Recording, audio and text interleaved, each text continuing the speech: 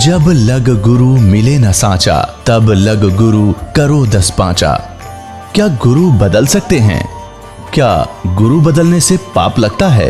अध्यात्म के इस मैदान में आखिर सही गुरु कौन है? गीता जी में वर्णित तत्वदर्शी संत कौन है? इन सभी प्रश्नों के उत्तर जानने के लिए अवश्य सुनिए जगत गुरु तत्वदर्शी संत रामपाल जी महाराज के मंगल प्रवचन। सतगुरुदेव की जय। बंदी छोड़ कबीर परमेश्वर जी की जय। बंदी छोड़ गरीबदास जी महाराज जी की जय। स्वामी राम देवानंद जी गुरु महाराज जी की जय हो।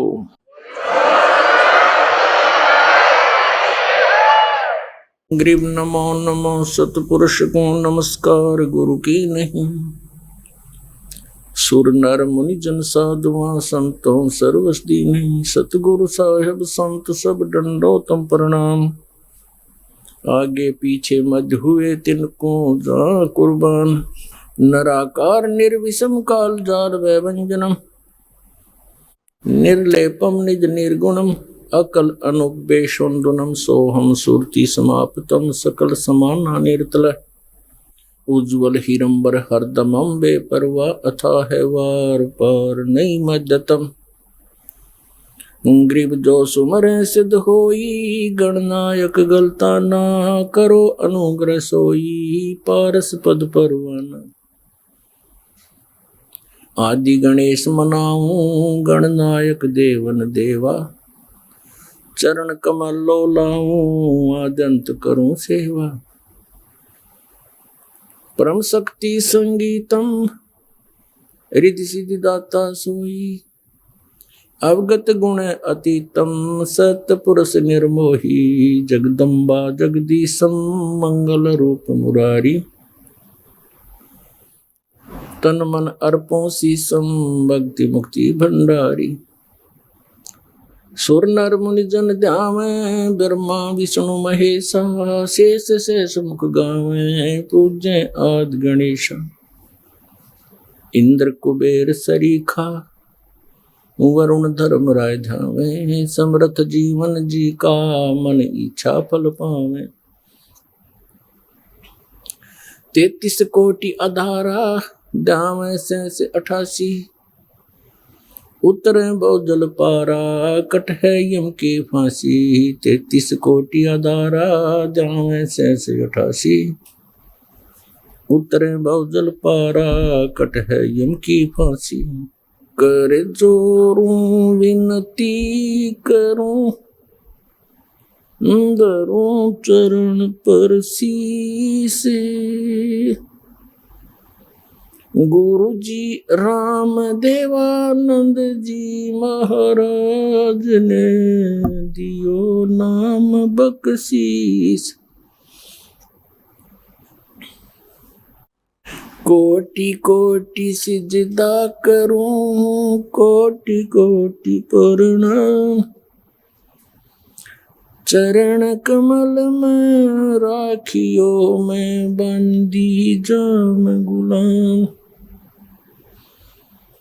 कुत्ता हूँ गुरुदेव का रामपाल दास का नाम। गले प्रेम की जेवड़ी जाखें तो वहाँ जाऊं।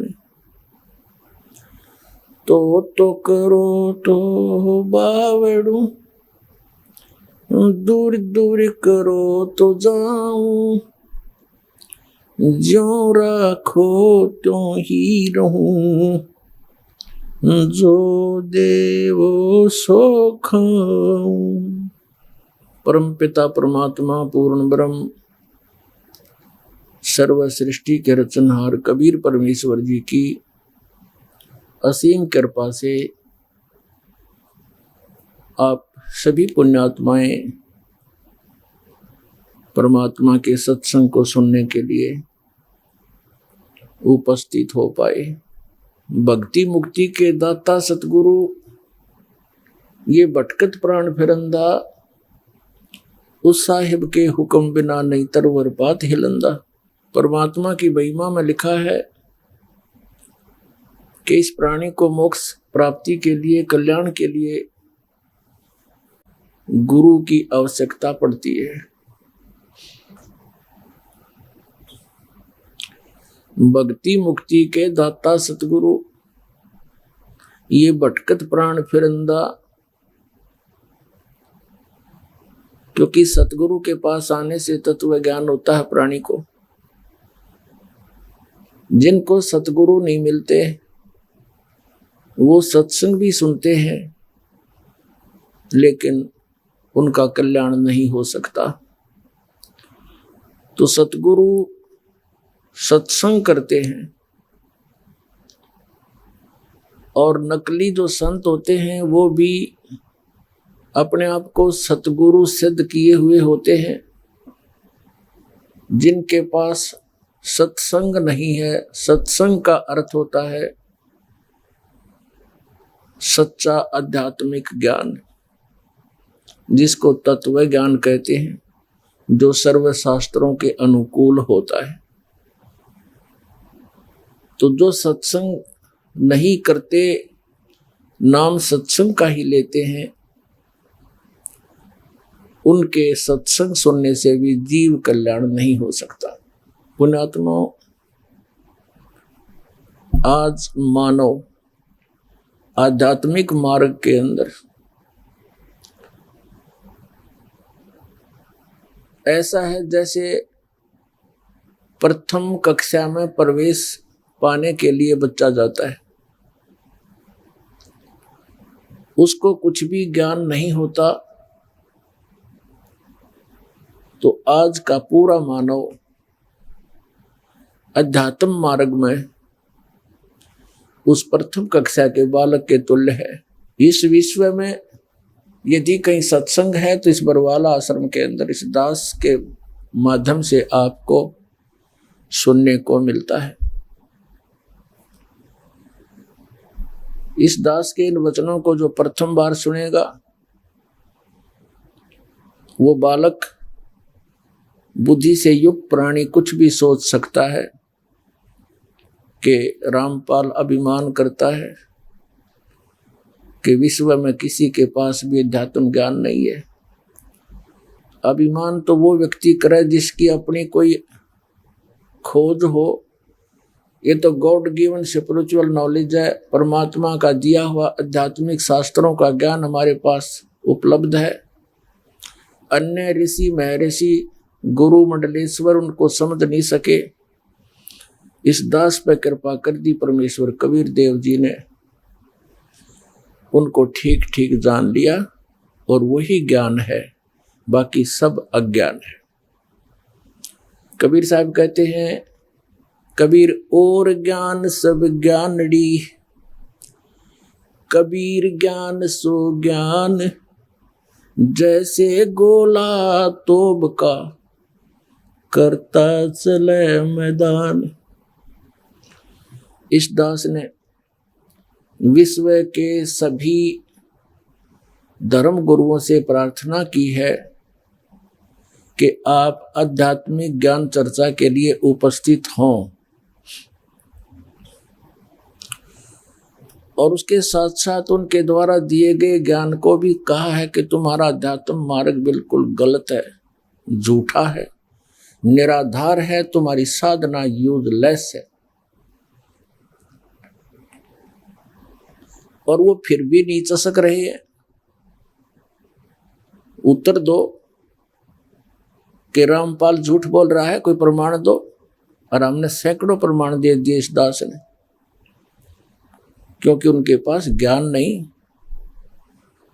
और जनता को ज्ञान होता ही नहीं, क्योंकि वो तो एक विद्यार्थी है प्रथम कक्षा के, और जैसा टीचर उनको समझाता और सुनाता है वो कंठस्थ कर लेते हैं। उनको ये नहीं देखना होता ये झूठा है या सच्चा। टीचर ने कोई प्रश्न हल कर रखा है मैथमेटिक्स का, दूसरा टीचर उसको देखता है तो उसका कर्तव्य बनता है कि ये प्रश्न ठीक हल नहीं हो रहा है और उसको ठीक कराए। तो दास केवल इतना ही काम कर रहा है कि आज तक जितने भी ऋषि महर्षि हुए हैं ये मंडलेश्वर और गुरु हुए हैं केवल उन महापुरुषों को छोड़कर जिनको परमात्मा स्वयं आकर मिले। बाकी किसी के पास भी अध्यात्म ज्ञान आज तक नहीं है।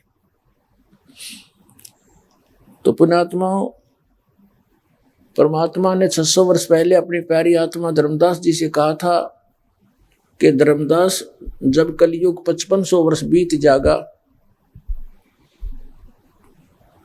तब मेरा ये वचन सत्य होगा। कौन सा वचन? कि पूरे विश्व में मेरा ही ज्ञान रहेगा और सभी जितने भी पूज्य देव हैं वो निष्क्रिय हो जाएंगे। पूरा विश्व उस विधान को स्वीकार करेगा और जिनकी वो पूजा करते थे, जिनको वो देव समझते थे, भगवान समझते थे, वो इस प्रकार निरस्त हो जाएंगे। तारा मंडल बैठकर चांद बड़ाई खावे, उदय होया जब सूरज का स्यों तारों छुप जावे। जितने भी ये ज्ञान है, वेद, गीता, पुराण, कुरान, बाइबल, और जितने भी देव पूजे जा रहे हैं, उस परम अक्षर ब्रह्म की महिमा के सामने ये ऐसे निरस्त हो जाएंगे, ऐसे निष्क्रिय हो जाएंगे, जैसे रात्रि के समय ताराओं के अंदर चंद्रमा की रोशनी अधिक होने से वो बहुत ही प्रभुता प्राप्त होता है। सूर्य उदय होने के बाद वो विद्यमान तो रहते हैं लेकिन उनका प्रकाश दिखाई नहीं देता। श्रीमद् भगवत गीता अध्याय नंबर 2 के श्लोक नंबर 46 में कहा कि अर्जुन, बहुत बड़े जलाशय की प्राप्ति के उपरांत छोटे जलाशय में जैसी आस्था रह जाती है, उसी प्रकार उस परमात्म तत्व को जानने के उपरांत अन्य ज्ञान और भगवानों में ऐसी आस्था रह जाएगी। जैसे पुराने समय में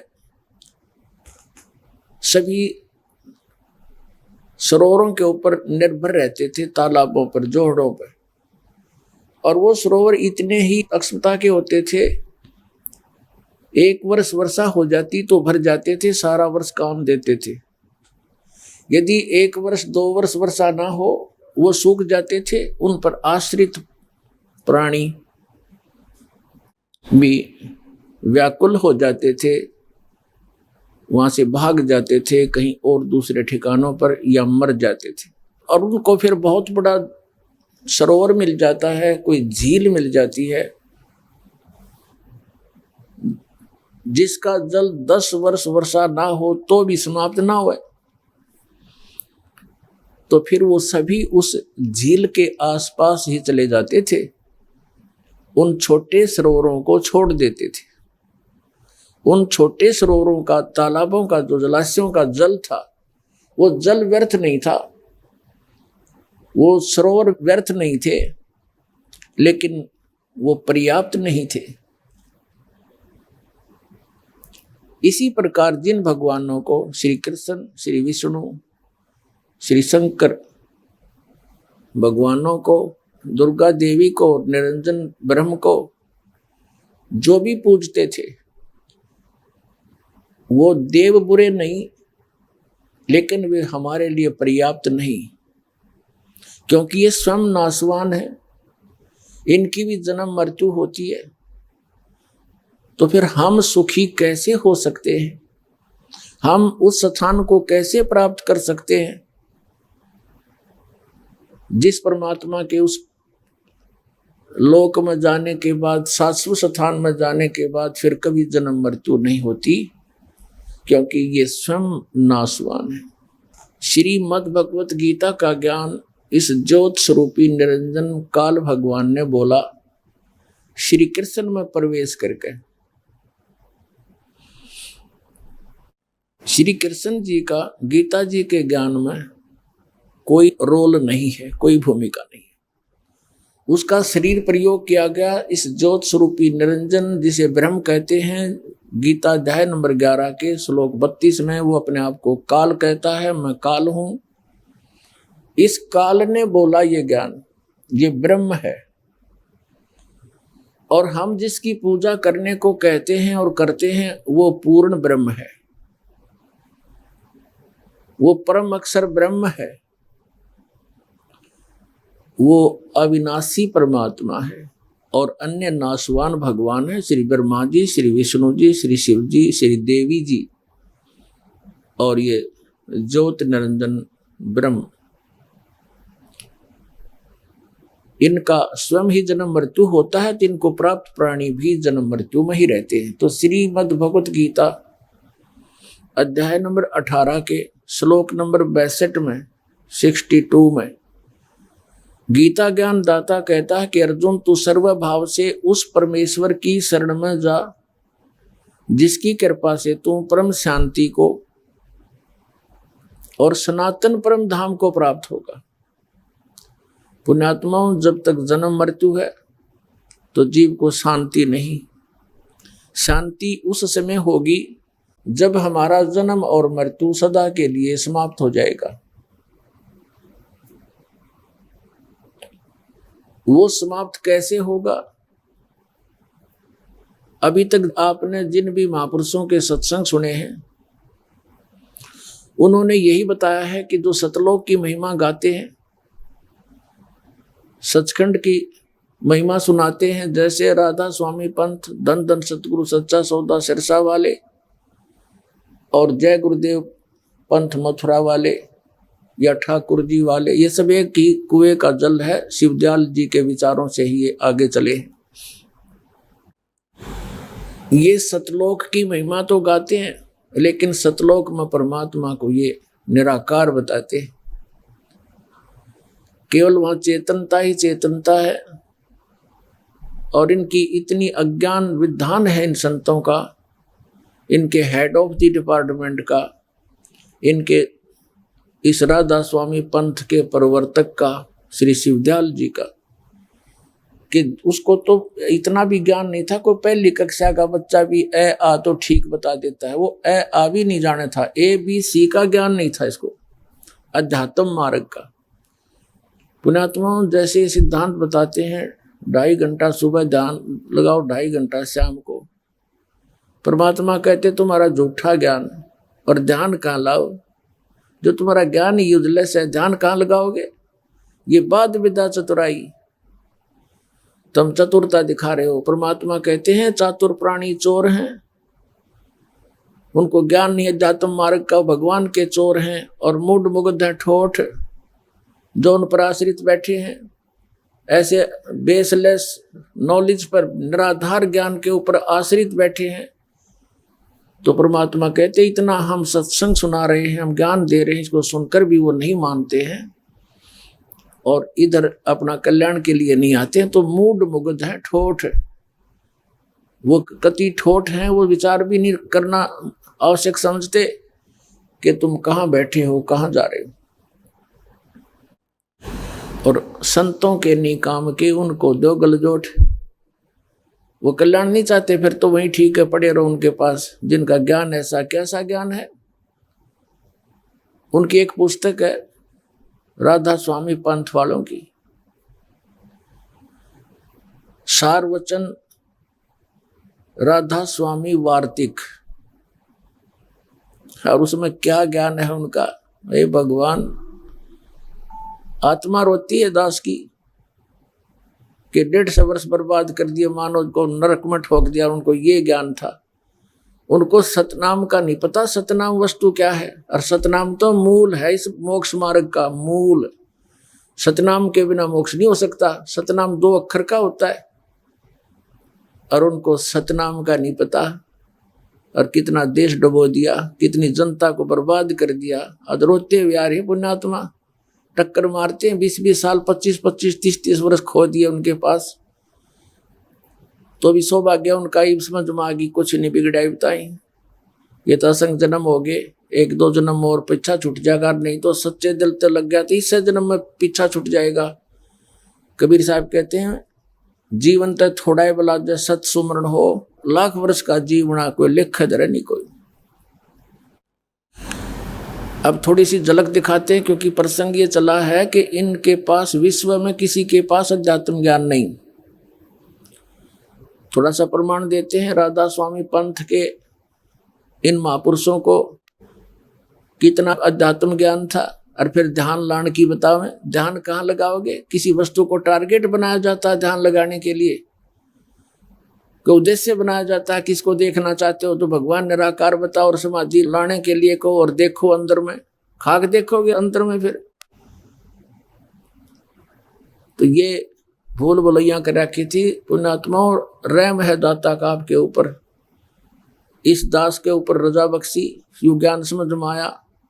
और शुरुआत में सभी लोगों ने गाली दी, दास को बुरा कहा, झूठ बोला, आलोचना करता, आलोचक है, इसके वचन भी मत सुनना। लेकिन सत्य में इतना दम होता है, ये अपना स्थान बना के छोड़ती है। आज पूरे विश्व में जाएगा ये ज्ञान, भगवान का दिया हुआ है।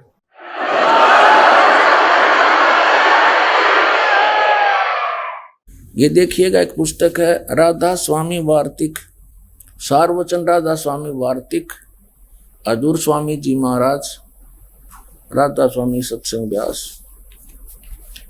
ये कहाँ से छपी है? प्रकाशक हैं जगदीश चंद्र सेठी, सेक्रेटरी राधा स्वामी सत्संग व्यास, डेरा बाबा जयमल सिंह। और ये मुद्रक है इसके लक्ष्मी ऑफसेट प्रिंटर्स दिल्ली, 2003 का ये 16वां संस्करण है। भूमिका से स्पष्ट हो जाता है ये किसके वचन हैं। सारवचन राधा स्वामी वार्तिक अजूर स्वामी जी महाराज के वचनों का संग्रह है। ये वचन सत्संगों तथा अन्य चर्चाओं के दौरान सत्संगियों ने नोट किए थे।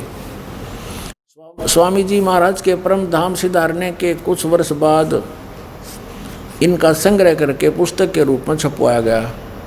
सन 1902 में बाबा जयमल सिंह जी महाराज ने सारवचन राधा स्वामी वार्तिक को पहली बार गुरमुखी लिपि में छपवाया। प्रस्तुत पुस्तक उसी पुस्तक गुरमुखी संस्करण के अनुसार है। अब इसका हिंदी संस्करण प्रकाशित किया जा रहा है। 1902 और आज होगी 2012, ओए होए 110 वर्ष हो गए इस अडंगे पढ़ते हैं, इनका समझ में नहीं आई, ये कहना के चाह थे। देखिए ये कौन है? हजूर स्वामी जी, हजूर जी महाराज के सत्संगों का संग्रह है ये कौन है हजूर जी? देखिए स्वामी जी महाराज का शुभ नाम सेठ शिवदयाल सिंह जी था। ये राधा स्वामी पंथ का प्रवर्तक है, सेठ शिवदयाल सिंह जी। आपने 25 अगस्त 1818 में आगरा शहर में जन्म लिया। आपके पिताजी का नाम सेठ दिलवाली सिंह जी तथा माताजी का नाम महामाया जी था। आपके पूर्वज पंजाब के रहने वाले थे तथा घर में गुरु ग्रंथ साहिब का पाठ किया जाता था। आपके माता पिता हाथरस के प्रसिद्ध संत तुलसी साहिब के भक्त थे। स्वामी जी महाराज ने भी तुलसी साहिब की काफी संगति की थी।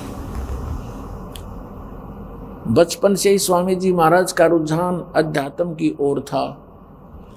आपने एक कमरे में बैठकर 17 वर्ष सूरत शब्द योग का अभ्यास किया। 17 वर्ष तक डरे डोए उसने एक कमरे में बैठ के। ये प्रश्न नंबर 6 पढ़ रहे हम। सन 1861 में बसंत पंचमी के दिन खुले तौर पर आम सत्संग और सुरत शब्द योग का उपदेश शुरू किया। अब पुण्यात्माओं 17 वर्ष हठ योग डले डोके उसने जो अनुभव प्राप्त किया, फिर क्या वचन फरमाए। 17 वर्ष के उसने जो उपलब्धि की शब्द सुरत अभ्यास हठ योग करके उसको क्या ज्ञान हुआ, वो वचन सुनो ही उसके। ये वचन फरमाए इसने। ये देखो राधा स्वामी दयाल की दया, राधा स्वामी साहेब खुलासा उपदेश हजूर राधा स्वामी साहब का। राधा स्वामी ये शिवदयाल ने कहे हैं, इसको राधा स्वामी क्यों कहने लगे? इनकी धर्मपत्नी का नाम वैसे तो नारायण देवी था, लेकिन उसको श्रद्धा से राधा कहने लगे और शिवदयाल जी को वो कृष्ण की भूमिका में ले रहे थे। तो राधा स्वामी, राधा का पति शिवदयाल, जैसे उमापति, जहाँ पर उल्लेख के अंदर उमापति लिखा हो, अंडरस्टूड है उमा का पति यानी शिव जी भगवान, शंकर जी की तरफ संकेत हो, शंकर जी उमापति, तो उमा स्वामी शंकर जी, राधा स्वामी शिवदयाल जी। तो ये राधा स्वामी, ये शिवदयाल जी समझो। अब यहां से वचन शुरू है इसके दफा 1 में प्रश्न नंबर 13 पे। अब ये क्या बताना चाहता है? सतनाम को कैसे डिफाइन कर रहा है शुरू में? सिर्फ काम इतना है कि इंसान यानी मनुष्य अपनी सूरत यानी रूह को, उसके खजाने और निकास यानी मुकाम, सतनाम, मुकाम माने स्थान। यहां सतनाम को मुकाम कहा है, स्थान कहा है सतनाम। मुकाम यानी मुकाम सतनाम और राधा स्वामी में पहुंचावे। ये 14 पर हमने पढ़ दिया। अब नीचे आइएगा, वचन नंबर 3। जितने आचार्य और महात्मा और अवतार और पैगंबर हर एक मजहब के हुए हैं, वे सब अपने अभ्यास के जोर से अंतर की तरफ मुकाम असली के चले, असली स्थान को चले। सिर्फ संत 5वीं मंजिल 5वीं यानी सतनाम पर, और कोई बिरले संत मंजिल 8वीं यानी राधा स्वामी पद पर पहुंचे। अब यहाँ से हो गया 2 स्थानों पर। मंजिल माने भी स्थान, इन्होंने अनुवाद भी कर रखा, मंजिल माने स्थान, डिफाइन कर रखा, मंजिल माने स्थान। तो यहाँ सिर्फ संत मंजिल 5वीं यानी सतनाम पर, ये सतनाम स्थान हो गया। क्लियर? अब आ जाते हैं हम यहाँ पर 15 पृष्ठ पे, सार्वजन वार्तिक भाग 1 लिखा है इसके ऊपर। अब इसके 4 नंबर वचन में क्या कहा कि अब समझना चाहिए राधा स्वामी पद सबसे ऊंचा स्थान है, मुकाम है, ठीक है, और यही नाम कुल मालिक और सच्चे साहिब और सच्चे खुदा का है।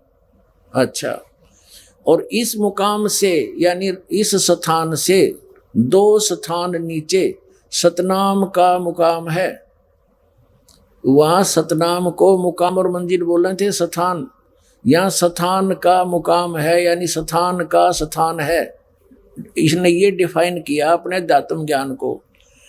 अब सतनाम को स्थान, यहाँ भी स्थान कह रहा है, स्थान का स्थान है, मुकाम है। अब इसकी इस सतनाम को आगे फिर इसने परिभाषित किया है कैसे ढंग से। यहाँ क्या बताया है कि इस मुकाम से, राधा स्वामी स्थान से 2 स्थान नीचे सतनाम का मुकाम यानी स्थान का स्थान है, मंजिल का मंजिल है।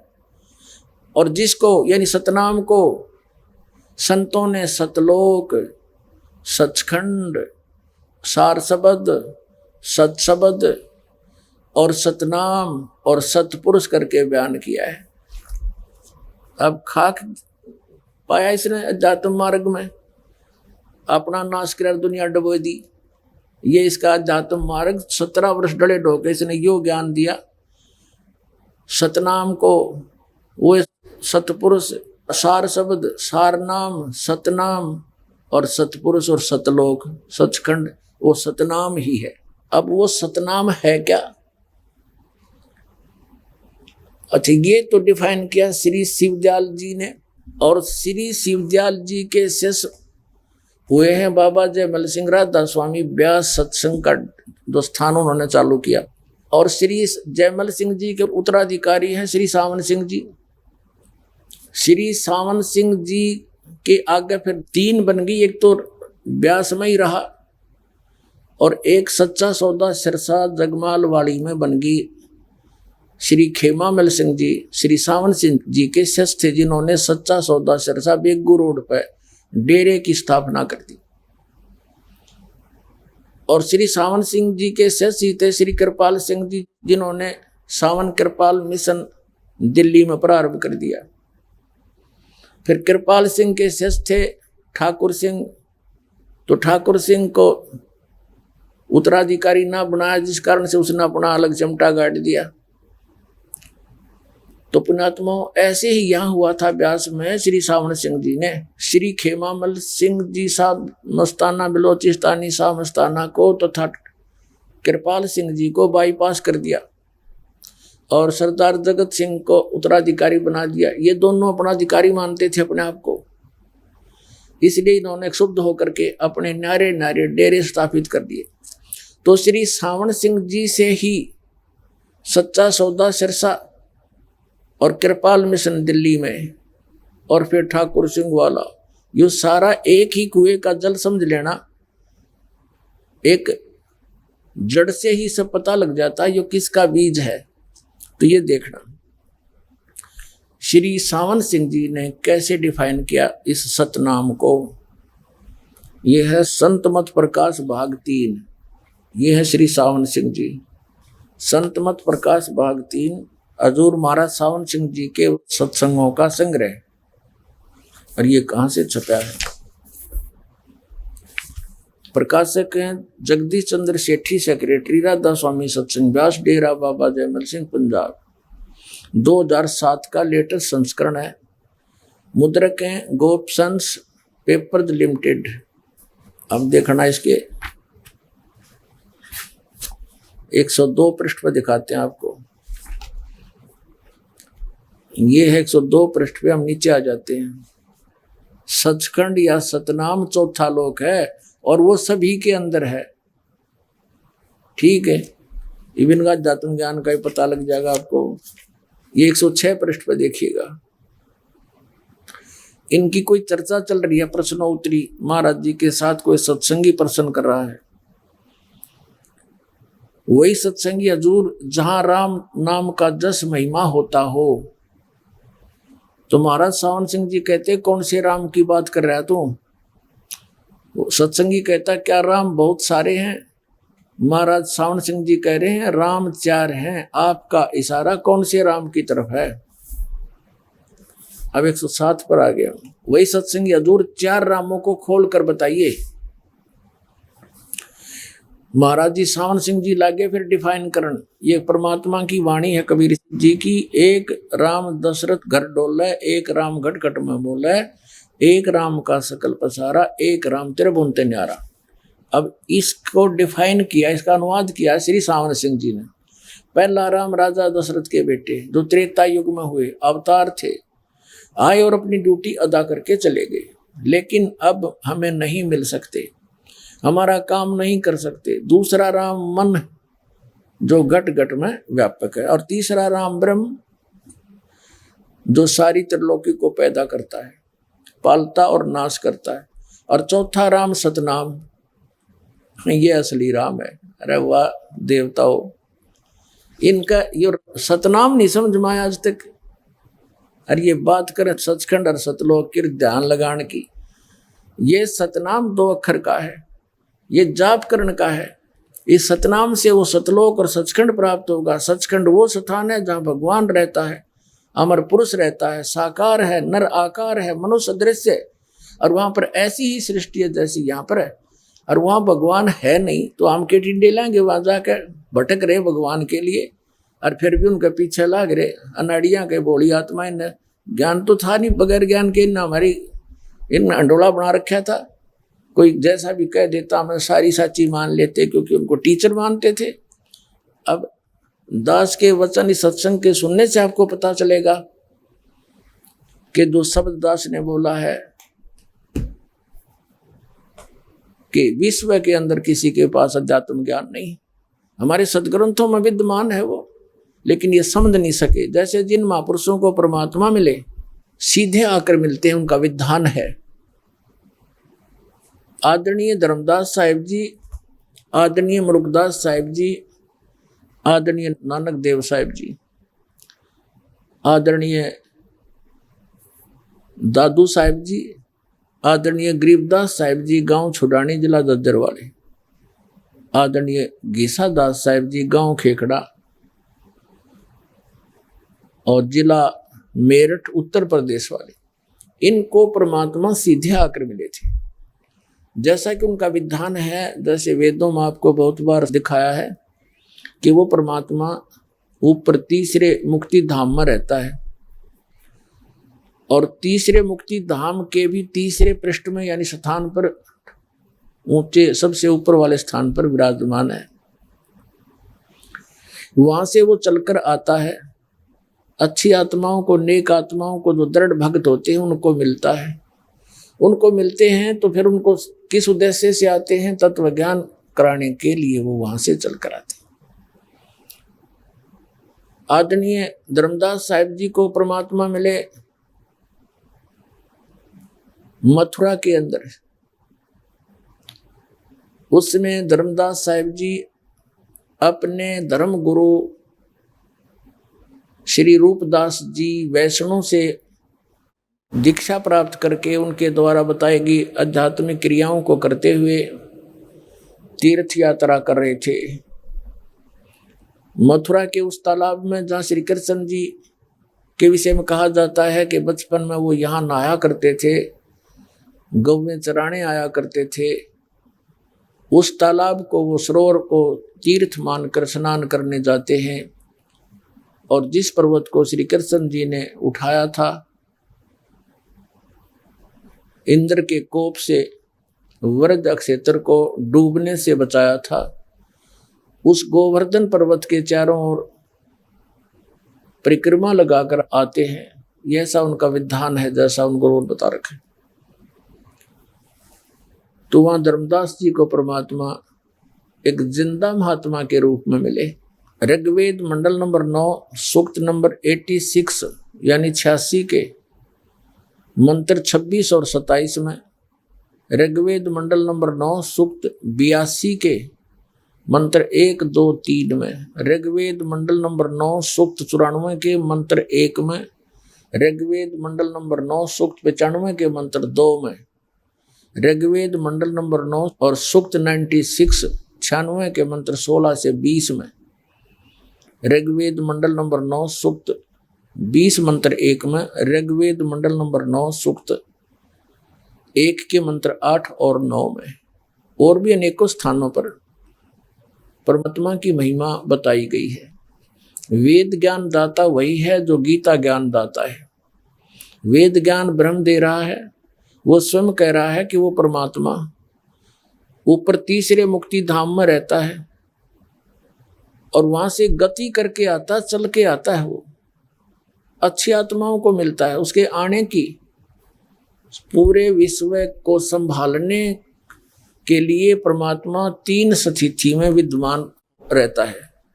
3 स्थिति में वो होते हैं। जैसे एक स्थिति उनकी ऐसी है, सतलोक के अंदर सबसे ऊपर के स्थान पर, सतलोक के शिखर में एक बहुत बड़ा गुंबज बना हुआ है, मंदिर नुमा,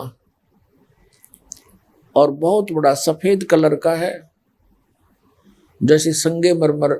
यहाँ तो कोई उदाहरण है नहीं सफेद संगमरमर हो, इसे तो घना सुंदर है, वो तो वर्णन ही नहीं कर सकते, फिर भी एक उदाहरण के लिए बताना पड़ता।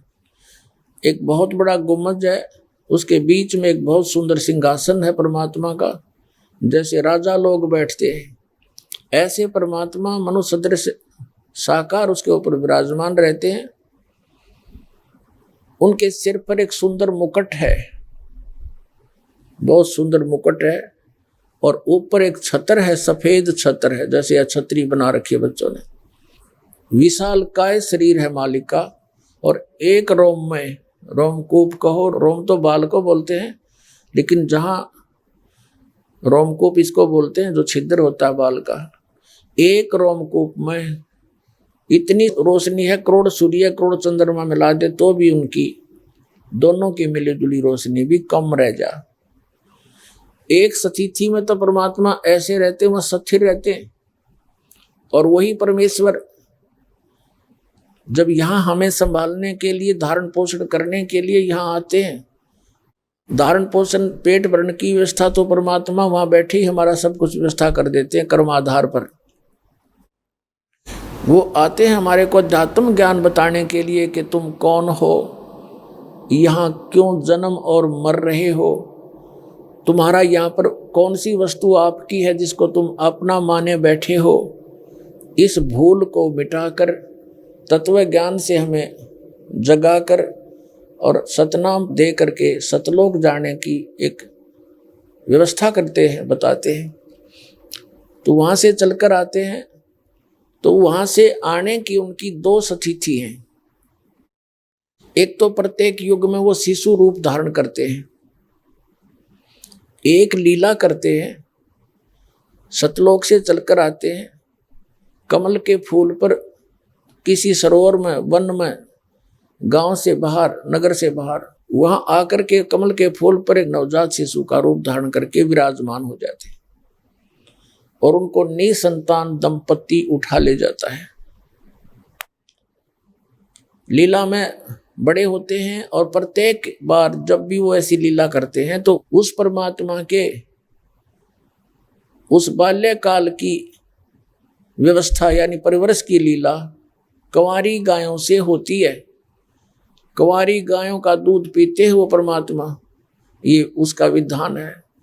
तो इसी प्रकार चारों युगों में परमात्मा कबीर जी वो सत्य पुरुष ऐसे ही लीला करते हुए आए हैं। तो कलयुग के अंदर भी उन्होंने ऐसी ही लीला की थी। जो सतयुग में सतसुकृत नाम से आए, त्रेता में मुनिंदर नाम से परमात्मा प्रकट हुए, द्वापर में करुणामय नाम से प्रकट हुए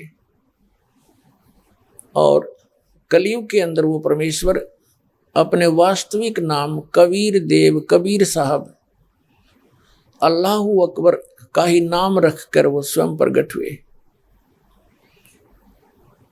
कमल के फूल पर जल में आकर विश्राम करने के कारण परमात्मा नारायण कहलाते हैं। नारायण का अर्थ होता है जल के ऊपर निवास करने वाला। अब उस परमात्मा की प्रभुता भूलकर हमने श्री विष्णु जी को नारायण मान लिया और श्री विष्णु जी को ही हम सत्यनारायण कहने लग गए। सत्यनारायण का अर्थ है सत साहेब, सत्य साहेब। साहेब माने नारायण कहो, राम कहो, गॉड कहो, अल्लाह कहो, खुदा कहो। हम सत साहेब कहते हैं। पहले हम सत्यनारायण की कथा सुना करते श्री विष्णु जी को आधार बनाकर। श्री विष्णु जी सत्यनारायण नहीं है, इनका तो जन्म मृत्यु होता है, ये अविनाशी नहीं है।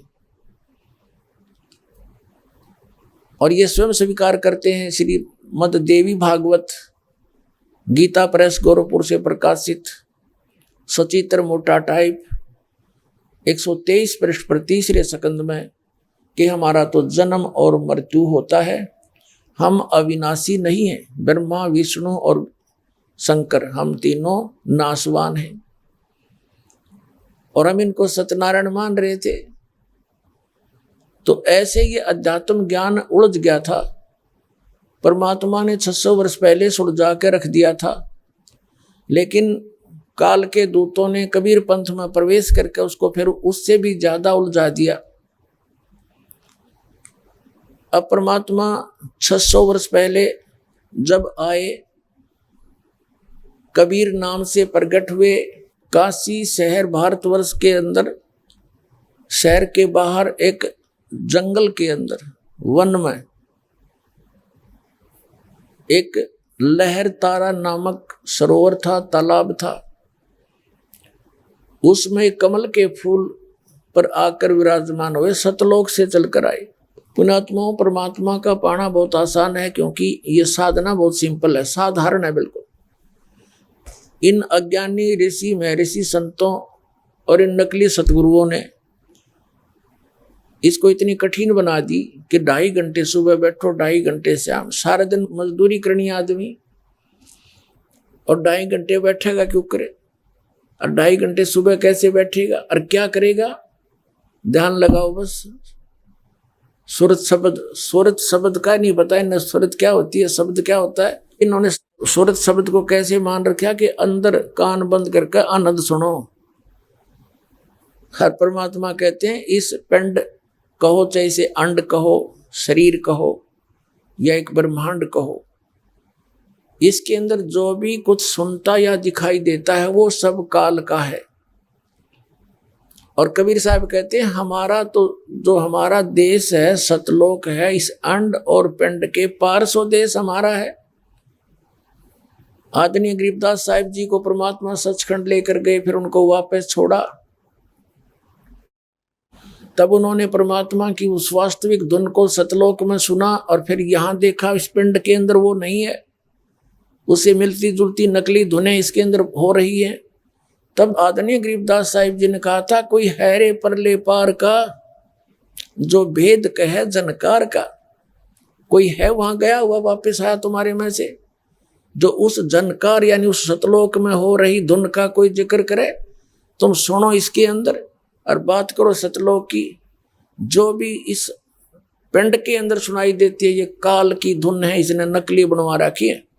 ब्रह्मलोक के अंदर इस काल के एक ब्रह्मांड में एक ब्रह्मलोक है, उस ब्रह्मलोक के अंदर इस काल भगवान ने नकली सतलोक, नकली अलखलोक, डुप्लीकेट अगम और अनामी लोक बना के जीव को भ्रमित करने के लिए यहाँ पूरा जुगाड़ जोड़ रखा है। परमात्मा आए, उन्होंने ये ज्ञान दिया, इसका षड्यंत्र उजागर कर दिया कि तुम्हें ये मूर्ख बना रहा है। परमात्मा वहां साकार है सतलोक के अंदर और सभी ऐसी सृष्टि है जैसी यहाँ पर है, और वहां जरा और मरण नहीं है, वहां बुढ़ापा नहीं, मृत्यु नहीं। हम तो इतने ढीठ हैं, अगर यहाँ बुढ़ापा ना हो और यहाँ मौत ना हो हमारी, हम तो कोई दिक्कत नहीं आड़े से कितनी गर्मी लागे जाओ, कितनी सर्दी लागे जाओ, हम यहीं पड़े रहेंगे। कौन मर कर राजी है बताओ। बात बनावे न के सचखंड में प्रकाश ही प्रकाश है और उसके अंदर आत्मा ऐसे मिल जाती जैसे बूंद समुद्र में। डूब कर मर जाओ फिर तो समुद्र में जाके यहीं मर जाओ, कोई बात हुई या कोई है किसी की हिम्मत समुद्र में जाके छलांग लगाओ ला मर जाऊं मैं, भगवान मिलता होता है। ये बनावटी बातें हैं। अब वहां पर ऐसी ही सृष्टि है लेकिन ये डुप्लीकेट है, ये तो एक मिट्टी के खिलौने समझ लो, और वो सोने के आभूषण है, सोने का नाश नहीं होता। तो कहने का भाव यह है, ये तो एक फॉर एग्जाम्पल बता रहे हैं आपको। अब जो प्रसंग चल रहा है कि वो परमात्मा प्रत्येक युग में आते हैं, और श्रीमद् भगवत गीता अध्याय नंबर 7 के श्लोक नंबर 29 में 29 में कहा है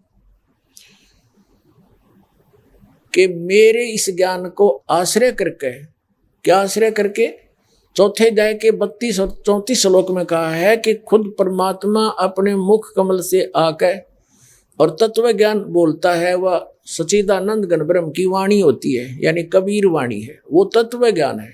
उसके अंदर अध्यात्म मार्ग का यथार्थ ज्ञान और विस्तार के साथ कहा जाता है। उस तत्व ज्ञान को तो तत्वदर्शी संतों के पास जाकर समझ, उनको दंडवत प्रणाम करने से, कपट छोड़कर उनकी सेवा करने से वो तत्वदर्शी संत तुझे तत्व ज्ञान का उपदेश करेंगे। ये हो गया। तो तत्व ज्ञान का तत्वदर्शी संत उपदेश करेंगे और वो सच्चिदानंद घन ब्रह्म की वाणी के जानकार होते हैं, यानी कबीर वाणी के। तो तत्व ज्ञान के अंदर फिर सब पता चल जाता है कि कैसा स्थान है जहां जाने के बाद जरा और मरण नहीं होता। जरा माने बुढ़ापा, मरण माने मृत्यु। इससे भी सिद्ध है कि जहां वो सृष्टि है वहां पर जहां वृद्ध अवस्था नहीं है और मौत नहीं है, ये दो दुश्मन है हमारे। कोई बूढ़ा होना नहीं चाहता, सब न होना पड़ेगा। पहले मर जाओ दूसरी बात, सब गधा होगा, बूढ़ा हो जाएगा, होना उसने पड़ेगा। और दूसरे जो है मृत्यु डेफिनेट, और सबसे घना भय मृत्यु का हमने, और यह दोनों कंपलसरी। तो फिर ये इच्छा क्यों रहती है हमारे को? क्यों अपने एक जीवन रक्षा के लिए इंसान रोगी हो जाता है, अपनी जायदाद को बेचकर भी अपना जीवन चाहता है ताकि कमा के फिर कर लूंगा 2 रोटी 1 कोठी तो, लेकिन जीवन नहीं मिलेगा। और फिर मृत्यु भी कंपलसरी। इसकी ये ऐसा क्यों हमारे मन में इतना दृढ़ वो है, इच्छा है? क्योंकि हम ऐसे लोक में रहते थे जहां ये दोनों दुख नहीं थे, ना बुढ़ापा था ना मृत्यु थी। इसलिए हम उसी के लिए इच्छा करते हैं। हम जीना चाहते हैं, दोनों पैर कट जाते हैं तो भी हमने सोचे कुछ और सांस मिल जाए, हाथ कट जाता है तो भी सोचा और सांस मिल जाए। कैसा भी रोगी है वो भी इच्छा करता है कुछ जीवन मिले। अब उस स्थान को छोड़ के आएगी यहाँ पर नमक की बोरी में और खांड का स्वाद ढूंढ रहे हैं, वो तो खांड की बोरी में मिलेगा। और वह खांड की बोरी सतलोक है, वहां जाने की विधि इस दास के पास है, इस पृथ्वी पर नहीं, इस ब्रह्मांड में नहीं, 21 ब्रह्मांड में नहीं किसी के पास, और गारंटेड है दास के पास। और ये वो जड़ी है उस परमात्मा की दी हुई है, कबीर भगवान की, और आपके ऊपर मेहर करी। आप ऐसे समय में जन्म मनुष्य का जब परमात्मा ने बैन उठा दिया इस सतनाम और सार शब्द के देने का, इस दास को आदेश देकर भेज दिया। आज से 600 वर्ष पहले धर्मदास जी से कहा था, धर्मदास मेरी लाख दुआई, ये सार नाम की तबार न जाई, ये सार नाम बार जो पढ़ी बिचली पीढ़ी हंसनी तरही। आप उस बिचली पीढ़ी की पुण्यात्मा हो, या बिचली पीढ़ी शुरू होगी। प्रथम पीढ़ी कलयुग निर्वाणा, तब मगर मांडू मैदाना। प्रथम पीढ़ी वह होगी, प्रथम पीढ़ी वो थी कलयुग की जब परमात्मा मगर से सह शरीर गए थे। उसके बाद फिर यह बिचली पीढ़ी शुरू होगी। तो अब ये बिचली पीढ़ी है, लास्ट वाली पीढ़ी तो भक्ति के योग्य नहीं रहेंगे। अब भी इतना सतर गिरता जा रहा था, ये नास्तिक होने जा रहे थे। जितने भी ये काल के पंथ हैं, राधा स्वामी, धन सतगुरु, सच्चा सौदा सिरसा, जगमाल वाली और ये सिरसा वाले, और ये जितने भी जय गुरुदेव पंथ हैं, या आसाराम का पंथ है, सुधांशु का पंथ है, ये तो वही बड़काड़े खिलौने ले रहे हैं, सीधे ही रामकृष्ण पर आधारित हैं। और ये बाल योगेश्वर, ये सतपाल के, ये कृपालु, और इन कक्का पता नहीं क्या है, का दात मार्ग का, ये ब्रह्म ऋषि कुमार स्वामी, इन कख नहीं पता। आठ दे टाइम इनका ये ऐसे जाएंगे तो दिखे नहीं गए कि टटोए भी नहीं पाओगे, या तो पलायन कर जाएंगे। जनता इनसे प्रश्न पूछेगी, इनको जवाब नहीं रहेगा। जनता को नंदा बना रखा, ज्ञानी बना दिया, अपने स्वार्थ में सटपट करके अपना उल्लू सीधा कर रहे हैं। दास ने गला बैठा लिया, 17 वर्ष हो गई ये ज्ञान देते ने, 6 घंटे सत्संग करते हैं, और ये ज्ञान समझा रहा हूँ। अब इसका बेस बन गया है, अब एजुकेटेड पर्सनों के अंदर परमात्मा का ज्ञान पहुंच गया। अब देखना ढूंढा पाटेगा कुछ दिनों में, पूरे विश्व में जाएगा ये। कोई बालकों का खेल थोड़ा, भगवान का चलाया हुआ ये। तो गीता अध्याय नंबर 7 के श्लोक 29 में कहा है कि मेरे इस ज्ञान को जो आधार बना लेगा, तत्वदर्शी संतों को खोज लेगा, तो उनको फिर यहाँ की किसी वस्तु की इच्छा नहीं रहेगी।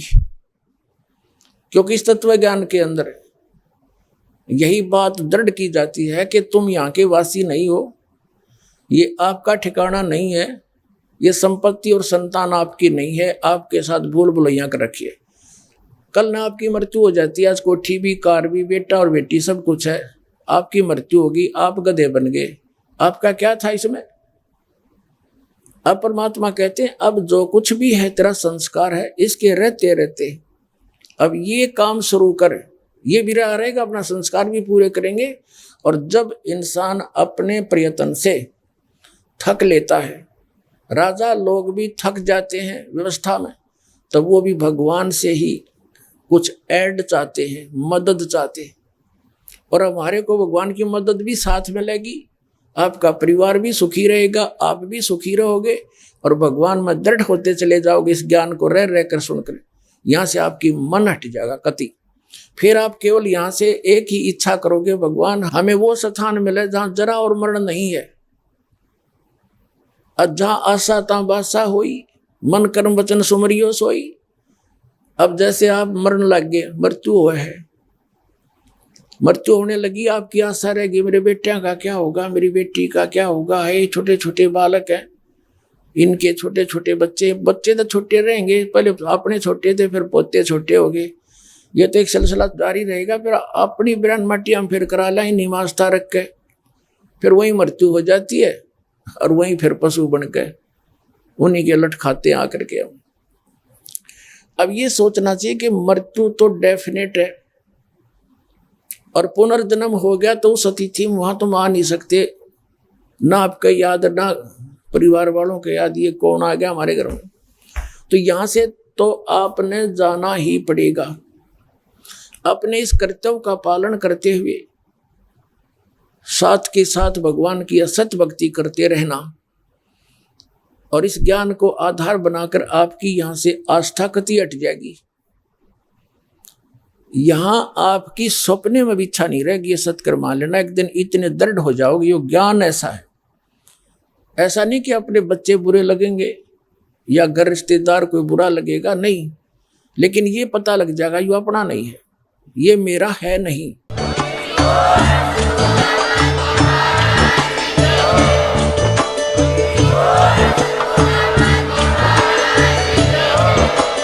आप सुन रहे थे जगत गुरु तत्वदर्शी संत रामपाल जी महाराज जी के मंगल प्रवचन। अधिक जानकारी के लिए विजिट कीजिए हमारी वेबसाइट www.jagatgururampalji.org। संत रामपाल जी महाराज जी के शुभ आशीर्वाद से पूरे विश्व भर में 500 से भी ज्यादा नाम दीक्षा केंद्र हैं, जिन पर संत रामपाल जी महाराज जी द्वारा ऑनलाइन निशुल्क नाम दीक्षा दी जा रही है। अपने नजदीकी नाम दीक्षा केंद्र का पता करने के लिए संपर्क करें 8222880541।